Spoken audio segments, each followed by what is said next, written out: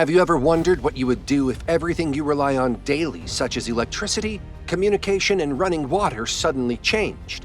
When a collapse happens, the first phase is often marked by confusion and denial. The government would try to keep things under control, but as soon as resources like food and water start to run out, that control would quickly fade. The first few days might feel like a weird dream, with everyone hoping that things will go back to normal soon.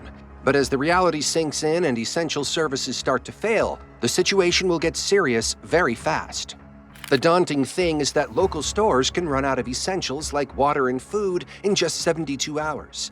And without power, all the perishables in your fridge and grocery stores would start to spoil within days, more or less, depending on the weather, of course. Communication would be a nightmare too. Without the internet and cell service, misinformation and panic could spread like wildfire. In the weeks following a collapse, the lack of medical support would become a critical issue. Hospitals would be overwhelmed or even shut down, making even minor illnesses and injuries potentially fatal. Without proper medical facilities, mortality rates could skyrocket from conditions that are usually not life-threatening. In the first 24 to 72 hours after a collapse, things might still seem normal. You might think it's just another day with a few bumps. The streets might look the same, and people would go about their routines, not fully understanding how serious the situation is. This initial period is like the calm before the storm. It's a deceptive phase where everything seems normal, but beneath the surface, things are starting to break down. If you've ever thought about what essentials you'd need in an emergency, the first day after a collapse is crucial to secure them.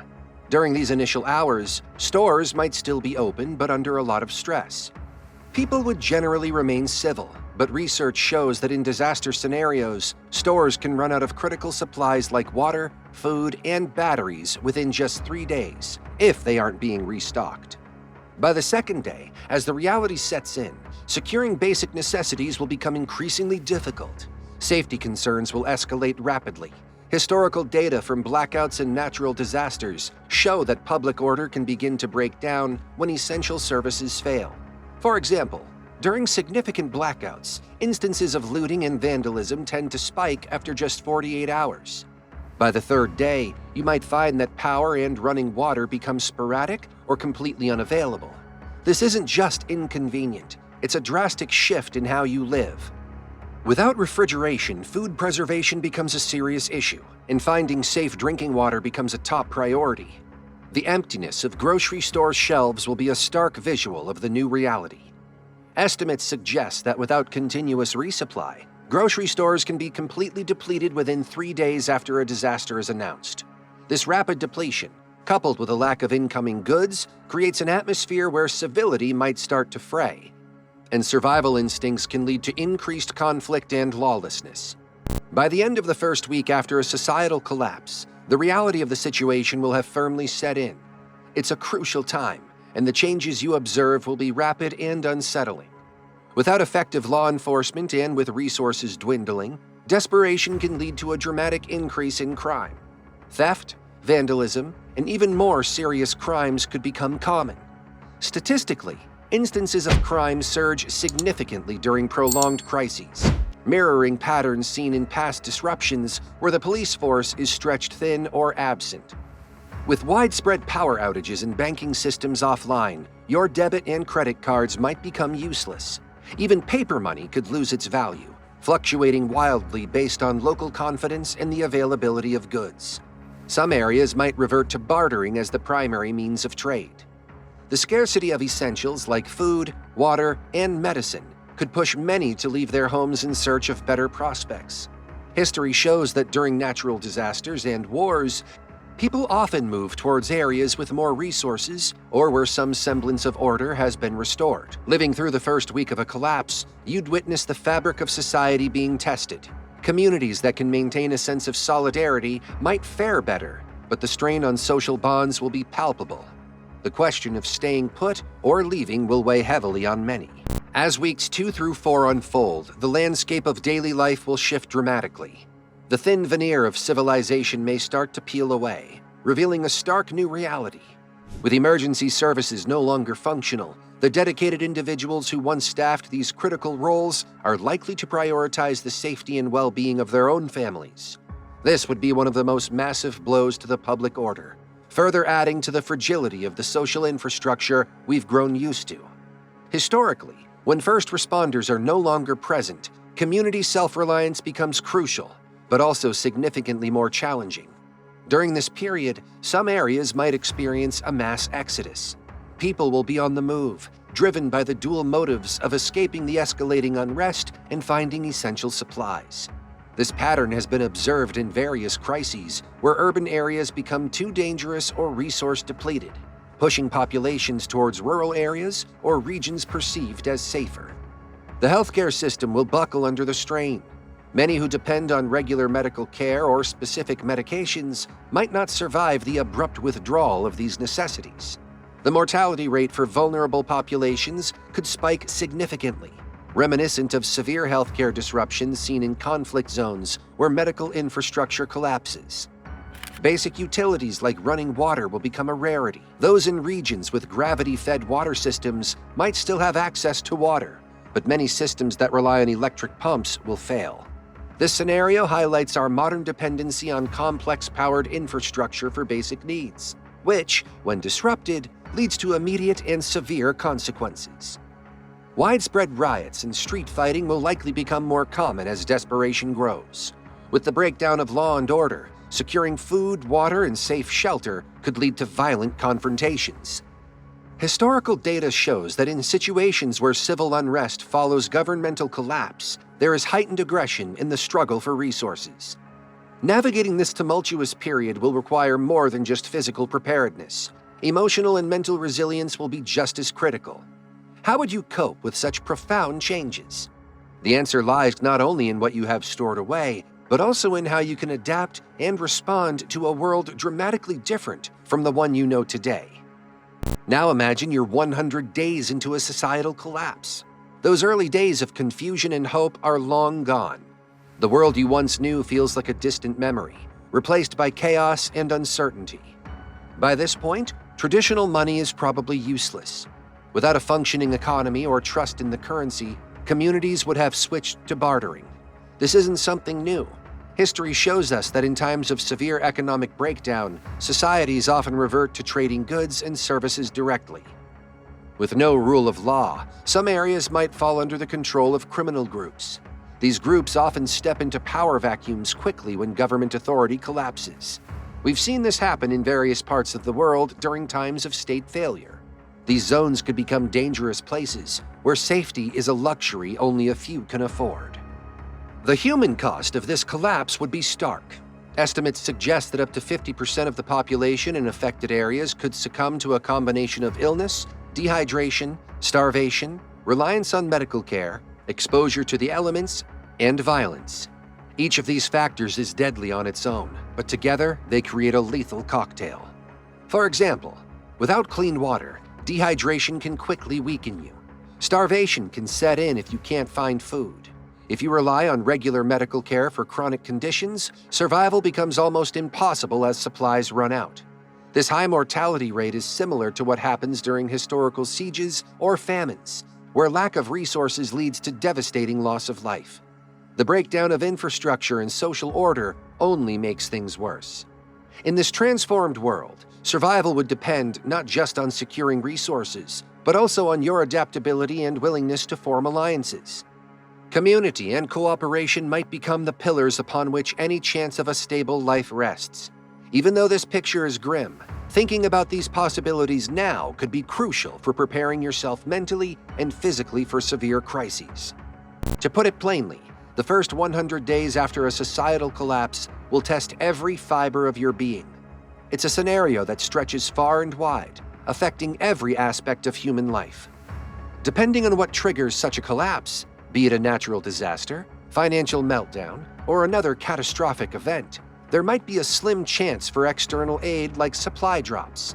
However, history shows that during extensive crises, no government can attend to all the areas or populations simultaneously. Relying on such help could be dangerously optimistic. The only reliable way to navigate through such turbulent times is to prepare in advance. Let's now go through how you can do it and how I prepare for such situations myself. I like to be prepared enough to survive the first 100 days of any disaster. Number 1. Health. Taking care of your health comes first when it comes to finding ways to survive the first 100 days of a disaster. While gear and supplies typically grab the headlines, your physical and mental well-being is crucial. More people are starting to realize this, and rightly so. In the turbulent days following a collapse, being in poor health can severely compromise your ability to manage the new challenges you'll face. Imagine the heightened stress levels you'd experience with the uncertainty and constant threats to your safety. Stress can exacerbate almost every health condition, from heart disease to mental health disorders. Additionally, the likelihood of not eating well or getting enough sleep is high. Your diet might lack essential nutrients, particularly if your access to a variety of foods is restricted. And the stress and anxiety can disrupt your sleep patterns, further weakening your immune system. Physical activity may also increase dramatically. Whether you're fortifying your home, traveling long distances on foot to find supplies, or simply doing more physical work because modern conveniences are no longer available. If you're not used to this level of activity, it can take a toll on your body. If you have pre-existing medical conditions, the situation becomes even more critical.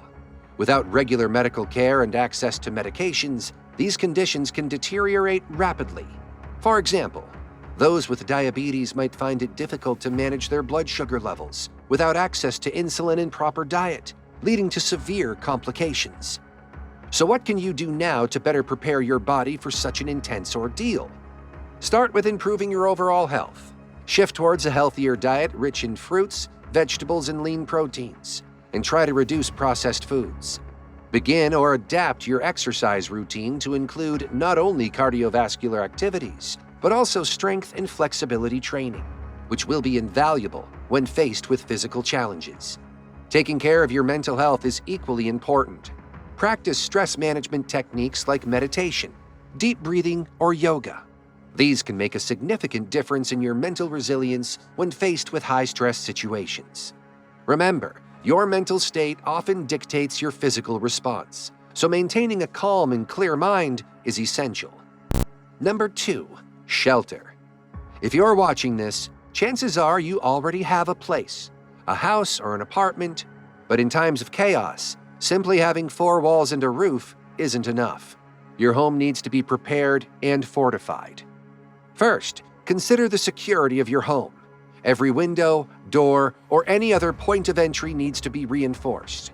It's not just about locking a door, it's about making sure that door can withstand more than just a knock. In regions where unrest is a real possibility, the ability of your home to prevent unauthorized entry could be the difference between safety and vulnerability. This might involve upgrading locks, installing security doors, or even adding bars to windows. According to safety evaluations, homes with visible security measures are less likely to be targeted in burglaries and break-ins. Next, think about environmental control. If you live in an area with extreme weather, be it hot or cold, maintaining a livable temperature inside your home is crucial.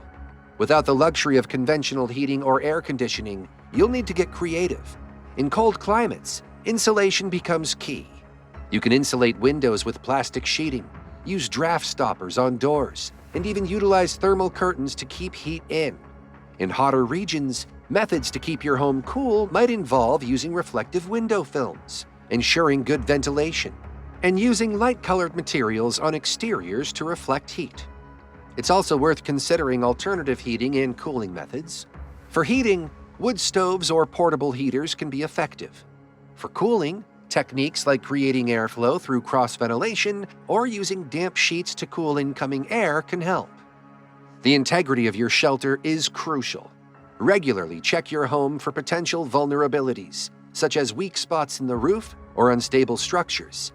Repairing these issues before a crisis hits can prevent bigger problems when you can least afford them.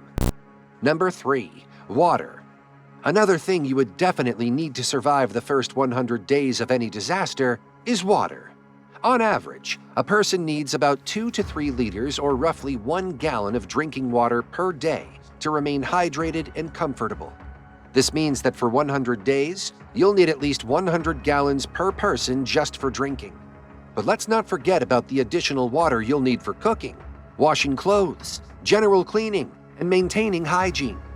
To cover all these needs, you should aim to double that amount to about 200 gallons per person.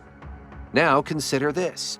In the event of a societal collapse, the systems that provide and purify our tap water will likely cease to function. This makes one of your first actions during a collapse crucial. Fill as many clean containers as you can with water while it's still running. This could be your lifeline in the initial stages of the crisis. But storing water isn't enough.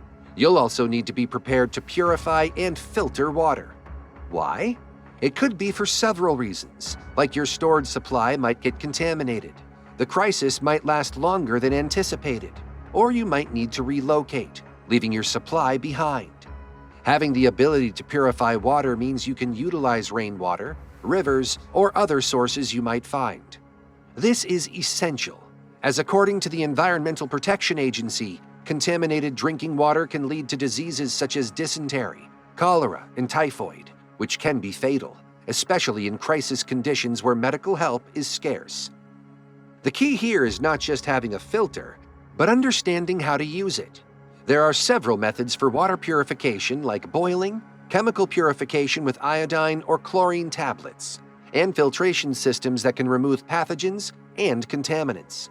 Each method has its pros and cons, and having a combination of them can prepare you for various situations. Number 4. Food. Moving from water, let's talk about food. An average adult needs roughly 2,000 calories a day to maintain their energy and health.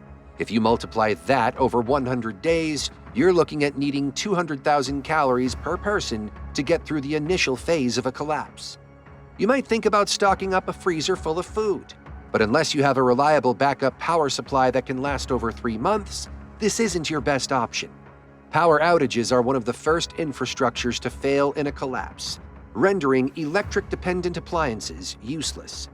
Instead, diversify your food storage strategy. Include a variety of canned goods and dry goods, which have long shelf lives and don't require refrigeration. Emergency food options like dehydrated or freeze-dried meals are also excellent because they're lightweight, easy to store, and only require water to prepare. Remember, though, that water may be in short supply, so plan accordingly. Foraging for wild edibles and growing your own food can supplement your stored supplies and reduce the monotony of your diet. However, knowledge is key here. Knowing what's safe to eat and how to grow it is vital. Similarly, hunting and fishing can provide fresh meat, but these resources might become scarce as others turn to these methods as well. It's also important to consider that while you may meet your caloric needs, your nutritional needs are another matter. A diet consisting solely of canned beans or pasta, for example, won't give you the vitamins and minerals you need to stay healthy. To help fill these gaps, stock up on bottles of multivitamins.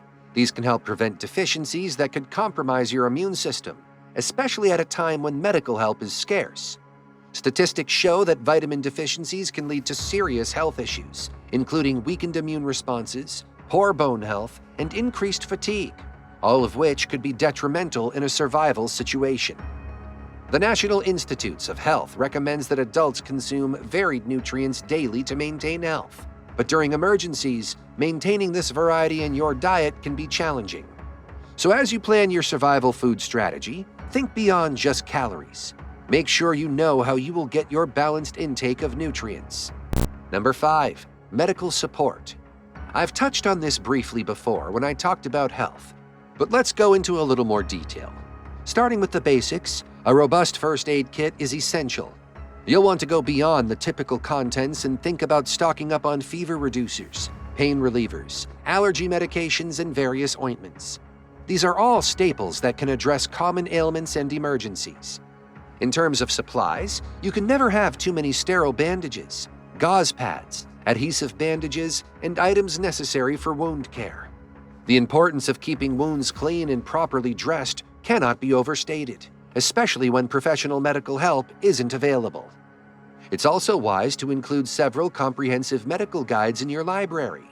These books should cover a range of topics, from basic first aid to more complex medical procedures that you might need to perform. The ability to reference reliable information on treating injuries or illnesses could literally be a lifesaver. Now let's talk about the specific needs of individuals within your group. This requires a personalized approach to your medical planning. For instance, if someone in your group relies on insulin, you'll need to devise a plan to store it properly, which likely involves keeping it cool. Solutions might include using coolers with ice packs, which can be replenished with new ice or snow, or even exploring more innovative methods like underground cool storage in cooler climates. Statistics show that during emergencies, chronic conditions don't go away. They become more challenging to manage. According to the Centers for Disease Control and Prevention, or the CDC, nearly half of all adults in the U.S. have one or more chronic health conditions. These conditions require ongoing medication or therapy, which means planning for these needs isn't just prudent, it's essential. Number 6. Security. This is super important after society falls apart. You have to be on guard all the time, especially when people around you are struggling. Your choices about security, like whether to help others or stay by yourself, can make a big difference in whether you survive. Helping others can make friends, but also might put you at risk if they can't be trusted. On the other hand, staying alone can keep your stuff safe, but might mean you miss out on help when you need it. Let me share some of my favorite tips for staying safe. First, be ready to protect yourself with weapons or self-defense skills, and make sure your home is locked up tight and take turns watching out for danger. Also, try to blend in and not stand out. Don't tell people too much about what you have. Keep quiet and don't make a lot of noise or light at night. Similarly, you should be careful about smells from cooking so you don't attract attention. Number 7. Sanitation. Without proper sanitation, the risk of disease skyrockets. Let me give you some of my solutions for managing human waste and maintaining hygiene. Firstly, you might think about continuing to use your home toilet by manually pouring water into the tank to flush it. While this method uses water resources you might need for other purposes, it could be a viable option if you have access to a plentiful water source. However, remember that this could mean diverting several gallons of water per person per day from drinking or cooking needs, so it should be used sparingly. A more sustainable solution in urban settings is the creation of a survival toilet, which involves a bucket lined with a plastic bag. This method is simple but requires a good supply of plastic bags and a plan for waste disposal. You'll need to bury the waste in a deep hole, ensuring it's well away from your home and any source of water or food. The site for waste burial should be chosen with care to prevent contamination of the local environment. Alternatively, composting toilets are an excellent solution, as they allow for the safe decomposition of waste without the need for water. You can set one up using a bucket filled with natural absorbent materials like sawdust or peat moss. This method is efficient and environmentally friendly, reducing the risk of disease. Another critical area that can't be overlooked is the general hygiene. Inadequate hygiene can lead to severe health issues, making you more susceptible to illnesses that could be debilitating in a crisis situation. Your sanitation supplies should include an ample stock of hand sanitizer, soap, toothbrushes and toothpaste, and general cleaning supplies. These items are essential for preventing infection and maintaining overall health. Water plays a pivotal role here too. The more you can store for washing and cleaning, the better your chances of maintaining a healthy living environment in a situation where medical assistance is unavailable. Preventing illness becomes as important as treating it.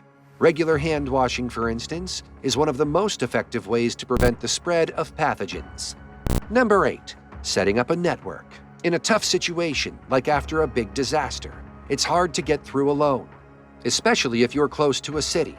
Having a group of people to rely on makes a big difference. First off, having different people around means you've got a bunch of skills and strengths to tackle problems together.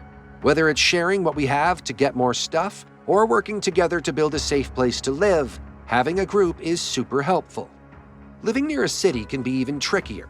When things get tough, cities can be scary and competitive places. But if you've got a network of people who trust each other, you can share what you have, watch out for each other, and make things safer. Finding the right people for your group starts with friends and family, but you can also look to your neighbors and local community groups. Good communication is key, so you can stay in touch and work together, especially if normal ways of talking aren't working. It's also important to trust each other and agree on how things will work. That means deciding together how to share things, who's responsible for what, and how decisions will be made. This helps avoid fights and make sure everyone feels treated fairly. Remember, working together during tough times is better than competing, and having people around who care about you can really boost your spirits when things are tough. So it's not just about food and safety. Having friends can be just as important for getting through hard times. If you're looking to increase your chances of surviving the first 100 days of any disaster, click the video on screen now to learn about the 17 items you can't be without when SHTF and might not survive without.